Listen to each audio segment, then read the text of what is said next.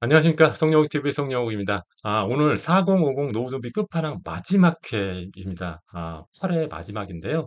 마지막 시간에는 퇴직 후에 무엇을 할 것인가에 대해서 고민하는 시간을 갖도록 하겠습니다. 보통 직장 퇴직하면 50대 전후인데요. 50대 전후에 퇴직하고 나서 아무 일도 안 하는 사람은 거의 없는 것 같습니다. 대부분 50대 전에 퇴직을 해도 무슨 일인가를 하는 것 같은데요. 나는 퇴직 후에 어떤 일을 해야 되는가 그런 고민들이 많으실 거라고 생각됩니다.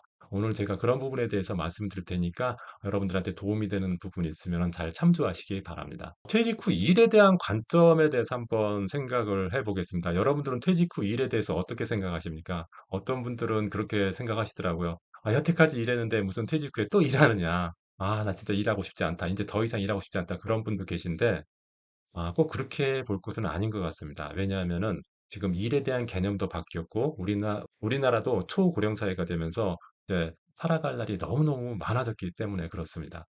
퇴직 후에 이 일을 할 수밖에 없는 이유 중에 하나가요. 경제적인 필요 때문에 그런 것 같습니다. 일반적으로 연금만으로는 생활하기 곤란하죠. 국민연금을 받는다고 해도 퇴직연금을 받는다 해도 그게 대부분은 충분하지가 않죠. 우리나라 60세 이상의 노인 중에서 43%가 노인 파산을 겪게 된다고 하니까 굉장히 경제적으로 부족한 것은 사실입니다.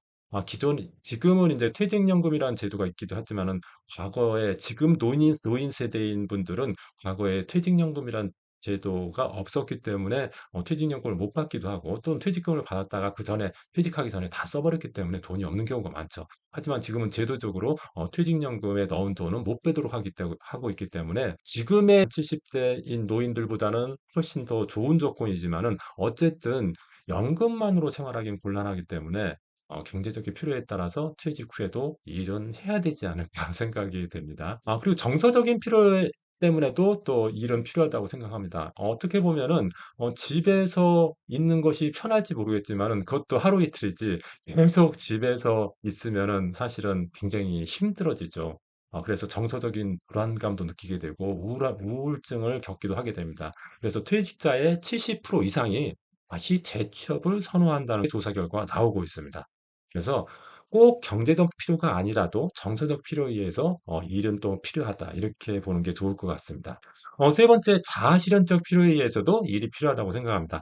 나의 경험과 기술을 의미 있게 활용하고 싶다는 그런 욕구들이 있죠. 그것을 창업을 통해서 발현시키려고 하는 사람도 있고, 또 사회봉사, 사회공헌 활동을 통해서 하려고 하는 사람도 있을 거고요.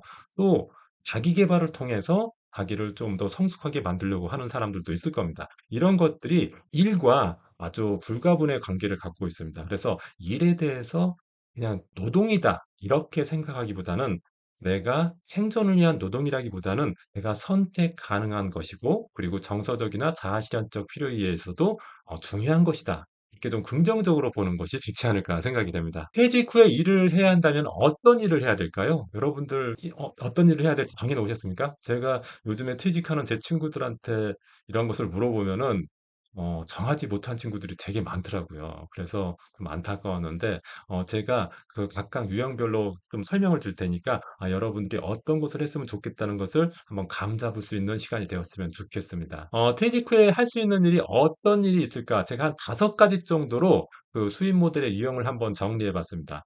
첫 번째는 노동 제공형, 두 번째는 지식 제공형, 세 번째는 디지털 자산형, 네 번째는 크리에이터형, 다섯 번째는 플랫폼 공유형. 이렇게 조금 5가지로 분류해서 제가 설명을 드릴 텐데 여러분은 어디에 해당되는지를 한번 보시고 내가 어떻게 좀 더 발전시킬 수 있을까 그런 것을 생각할 수 있는 시간이 되었으면 좋겠습니다. 첫 번째 노동 제공형 수입 모델. 어떤 것을 말하냐면은 자신의 노동과 시간을 활용해서 수입을 올리는 유형입니다. 어떤 직업군이냐라고 하면은 뭐 대리운전을 한다든지 가사 도우미를 한다든지 또는 학원에서 강사 활동을 한다든지 뭐 캘리그라피 같은 거 공방을 운영한다든지 반찬 가게를 한다든지 도시락 배달을 한다든지 뭐 이런 것들을 말합니다. 이런 것은 자신의 노동을 통해서 그리고 시간을 투여해서 돈을 버는 것이죠. 어떤 특징이 있냐면은 즉시 돈을 벌 수 있다는 점이 장점입니다. 그런데 체력이나 컨디션에 따라 수익의 편차가 있을 수 있죠. 예를 들어서 체력이 좀 약하거나 좀 컨디션이 안 좋아 가지고 일을 못 한다. 병원에 간다. 그랬을 때는 수입도 없어진다는 그런 구조입니다. 그래서 내가 반드시 노동과 시간을 투여해야만 돈을 벌 수 있다는 단점이 있기도 합니다. 다만 즉시 수입이 가능하기 때문에 내가 당장 뭔가 준비하지 않았을 때는 이런 노동 제공형 수입 모델을 하나 정해서 일단은 월급처럼 돈을 받는 게 좋겠죠. 두 번째는 지식 제공형 수입 모델이라고 할 수가 있는데요. 지식 제공형 수입 모델이라는 것은 자신의 경력과 지식을 활용해서 수입을 올리는 유형입니다. 저도 여기에 해당된다고 생각되는데요. 뭐 강의를 한다. 직장 생활의 경력과 지식을 활용해서 저 같은 경우도 기업 교육도 하고 온라인 강의도 하고 그러거든요. 뭐 이런 것들이 지식 제공형 수입 모델이라고 할 수가 있습니다. 또 컨설팅을 할 수도 있고요. 또 자격증을 따 가지고 자격증을 활용해서 부동산 상담이나 직업 상담이나 뭐 지게차 운전을 할 수도 있겠죠. 이런 것들이 지식 제공형 수입 모델이라고 할 수가 있고요. 그리고 이런 지식 제공형 수입 모델의 특징은 그 경력과 지식을 수입으로 연결시킬 수 있는 기획력 그리고 네트워크가 필요합니다. 그냥 단순하게 자신의 지식 또 경험만 있다고 해서 그게 돈이 되지는 않기 때문에 그것을 잘 기획하고 네트워크를 형성해서 수입으로 될 수 있는 환경을 만드는 것이 굉장히 중요하다고 볼 수가 있겠습니다. 그런데 정기적인 수입으로 정착시키는 데 시간이 많이 걸리죠. 저 같은 경우도 이제 강의를 제일 처음에 했을 때는 무료 강의도 많이 하고 저렴한 강의료로 강의를 했기 때문에 사실 그렇게 돈이 안 됐었는데 그게 인제 10 년, 20년 쌓이니까 인제 좀 돈이 되고 또 내 나름대로 매월 월급처럼 받을 수 있게 되었는데 이것이 정기적인 수입으로 이렇게 정착하려면은 시간이 굉장히 많이 걸립니다. 저 같은 경우도 한 10년 이상 걸렸으니까 이런 지식 제공형 수입 모델은 좀 좋게 적절하게 나의 노동과 시간을 쓴다는 장점이 있는 반면에 정기적인 수입으로 연결시키는 데 시간이 오래 걸린다는 단점이 있습니다. 디지털 자산형 수입 모델 알아보도록 하겠습니다. 디지털 자산형 수입 모델은 디지털 콘텐츠 또는 파일을 한 번만 만들어 놓으면 무노동으로 수입을 얻는 구조라고 볼 수가 있겠습니다. 예를 들자면 이런 거죠. 전자책을 만들어서 판매하는 거. 전자책 한 번만 만들면 되죠. 그것을 뭐 수몽이나 이런 데다 올려 놓으면은 내가 더 이상 책을 쓰지 않아도 계속 거기서 팔리면서 수입을 얻을 수가 있겠고요. 또는 엑셀 가계부나 설문 양식 프레젠테이션 템플릿 같은 것도 이런 디지털 콘텐츠라고 볼 수가 있고요. 요즘은 AI 음성을 녹음해서 유튜브 영상 콘텐츠를 만들어서 이걸 또 판매하시는 분도 있습니다. 그리고 사진을 찍어서 어도비 스톡이나 셔터스톡 같은 데 올려서 유료로 판매하는 경우도 있고요.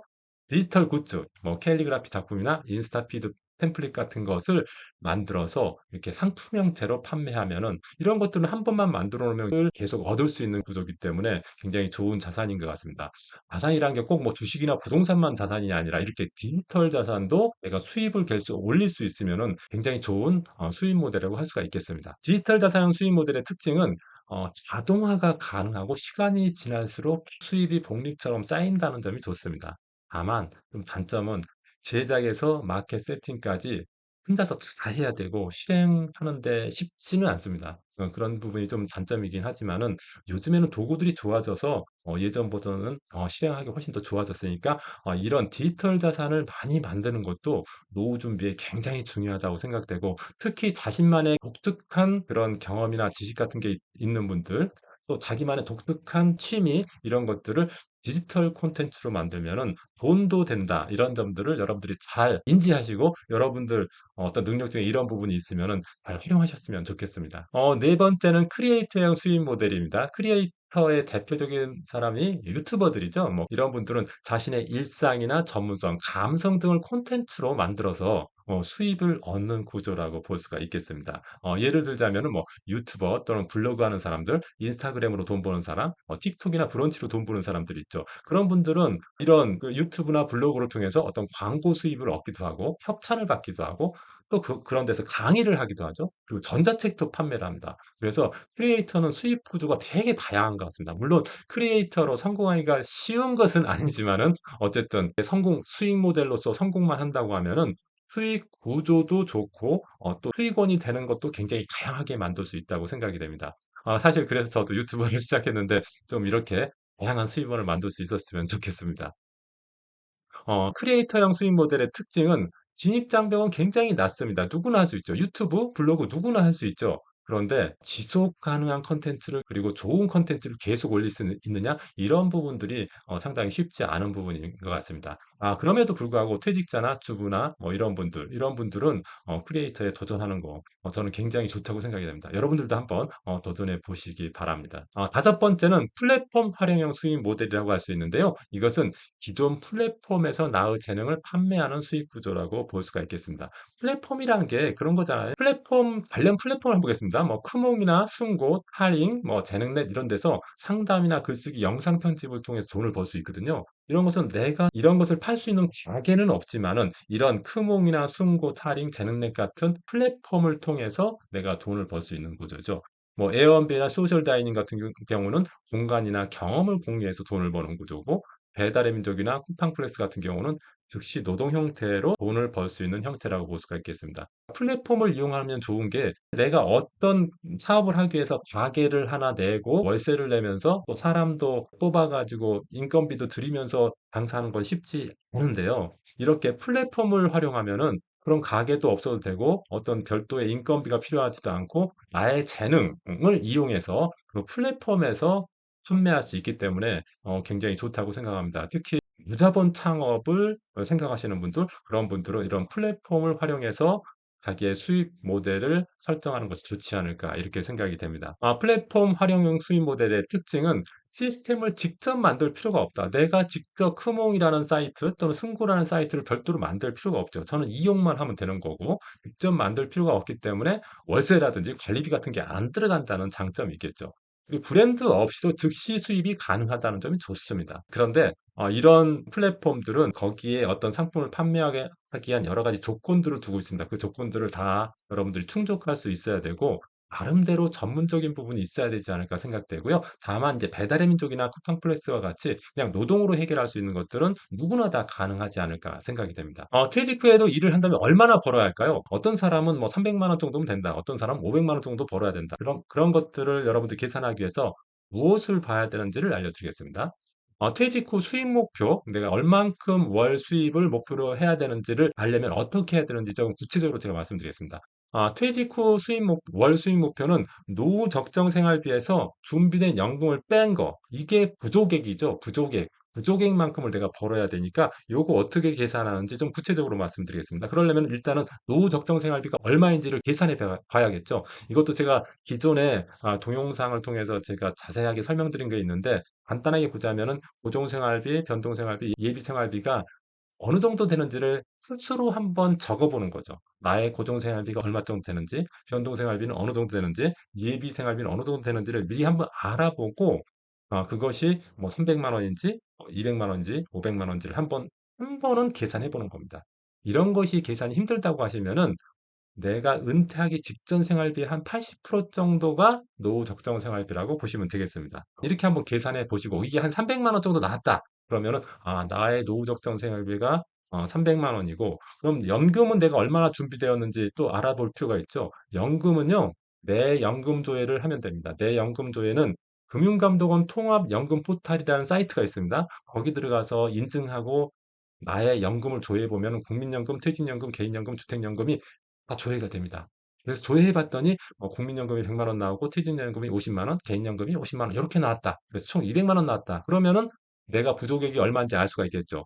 조금 전에 말씀드렸던 노후 적정 생활비가 300만 원이고 내 연금 준비된 연금이 200만 원이다. 그러면은 부족액은 100만 원이 되겠죠. 그래서 100만 원만큼만 내가 매월 벌 수 있으면은 노후 적정 생활비를 마련할 수가 있게 되는 겁니다. 이렇게 계산해서 여러분들이 내가 얼만큼 부족하고 그 부족액을 위해서 어떻게 준비할까를 직장 퇴직하기 전에 여러분들이 꼭 생각하시고 그런 준비를 하셨으면 좋겠습니다. 이번 시간은 퇴직 후에 내가 어떤 일을 할 것인가에 대해서 말씀드렸습니다. 여러분들 퇴직 후에 어떤 일을 할 것인가에 대해서 퇴직 후 하고 나서 뒤늦게 생각하지 마시고 지금 직장 생활할 때 또는 지금 돈을 벌고 있을 때 지금 자영업을 하고 있을 때 미리 생각해 놓으시고 실제로 내가 퇴직 또는 은퇴를 했을 때 이렇게 하겠다는 것을 지금 준비해 놓으시기 바랍니다. 직장인이라면 직장 퇴직하기 최소 5년 전에는 퇴직 후 내가 어떻게 할 것인가를 미리 준비하는 게 좋겠다고 생각되고요. 자영업자의 경우도